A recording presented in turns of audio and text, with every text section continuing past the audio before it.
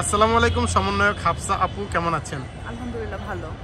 আপনার কাছেও আজকে কয়েকটা প্রশ্ন আছে।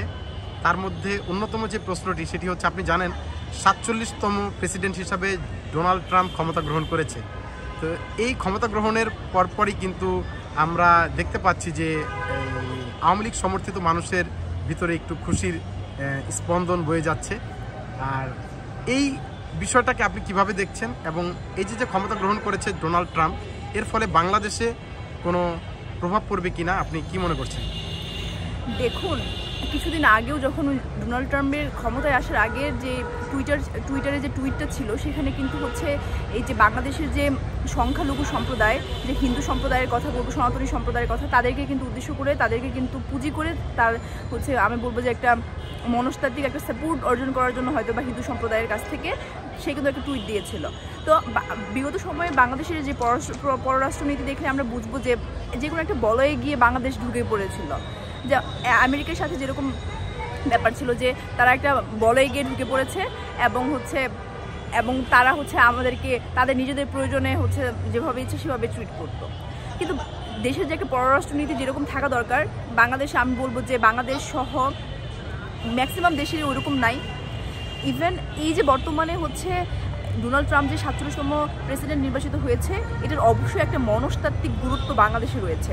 কারণ বাংলাদেশ কিন্তু একটা আগের পলিসি থেকে আমরা বলবো যে বাংলাদেশ একটা বলের ভিতরে ঢুকে গিয়ে যদি কোনো তাদের পররাষ্ট্রনীতি নির্ধারণ করে, সেক্ষেত্রেও অবশ্যই গুরুত্ব আছে। আবার এখন কিভাবে গুরুত্ব, বর্তমানে যে ইন্টারিম গভর্নমেন্ট যেটা আছে, সেখানে সর্বোচ্চ চেয়ারে বসে আছে ডক্টর মোহাম্মদ ইউনূস, এবং তাকে সমর্থন করে এরকম অনেক দেশ যেগুলোকে কিন্তু ডোনাল্ড ট্রাম্প হয়তো পছন্দ করে না। তো সেই ক্ষেত্রে কিন্তু আবার হচ্ছে আমাদের সাথে তাদের ডোনাল্ড ট্রাম্পের সম্পর্ক অবশ্যই বিরূপ হবে বলে আমি মনে করি।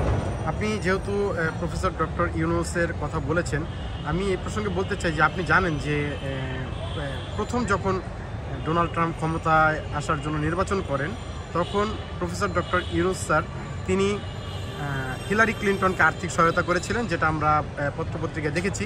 এবং যখন ডোনাল্ড ট্রাম্প বিজয়ী হয়েছেন, তখন কিন্তু এই যে বিষয়টা ছিল আর্থিক সহযোগিতার বিষয়, তিনি কটাক্ষ করেই বলেছিলেন ডক্টর ইউনূসকে, কোথায় সেই ক্ষুদ্র ঋণ ব্যবসায়ী। হ্যাঁ, তো এই যে একটা বিষয়, এর থেকে বোঝা যাচ্ছে যে তিনি প্রফেসর ডক্টর ইউনূসের উপরে হয়তো বিরক্ত বা রাগ বা ক্ষোভ থাকতে পারে। এখন তিনি দ্বিতীয়বারের মতো আবার প্রেসিডেন্ট হয়েছেন। এখন কি মনে করছেন না যে ডোনাল্ড ট্রাম্পের সেই ক্ষোভ প্রফেসর ডক্টর ইউনূস স্যারের উপরে পড়তে পারে? আমি আমার এক কথাতে সেটা বলে দিয়েছি যে অবশ্যই পড়বে। কারণ হচ্ছে ডোনাল্ড ট্রাম্প হচ্ছে ডক্টর মোহাম্মদ ইউনূসকে পছন্দ না করার অনেক কারণ আমরা বিগত সময়ে দেখেছি। এবং বর্তমানে হচ্ছে যেসব দেশ ডোনাল্ড ট্রাম্পের বাইরে গিয়ে হচ্ছে বাংলাদেশে ডক্টর মোহাম্মদ ইউনূসকে পছন্দ করবে এবং তাকে সাপোর্ট করবে, সেই সময়ও কিন্তু হচ্ছে সেই প্রভাবটা অবশ্যই পড়বে। কারণ আমরা যে আওয়ামী লীগের বর্তমান নিষিদ্ধ সংগঠন আওয়ামী লীগের অনেকেই এখন বর্তমানে এই ক্ষমতার পালাবদলের কারণে অনেক বেশি খুশি হওয়ার অনেক কারণ আছে। কারণ তারা কিন্তু একটা বলের ভিতরে ঢুকে গিয়ে কিন্তু তারা পুরো পররাষ্ট্রনীতিটা নিয়ন্ত্রণ করতো।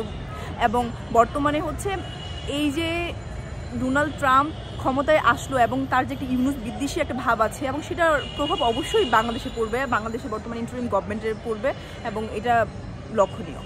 আপনারা কি মনে করছেন যে এই প্রবলেমটা আপনারা যদি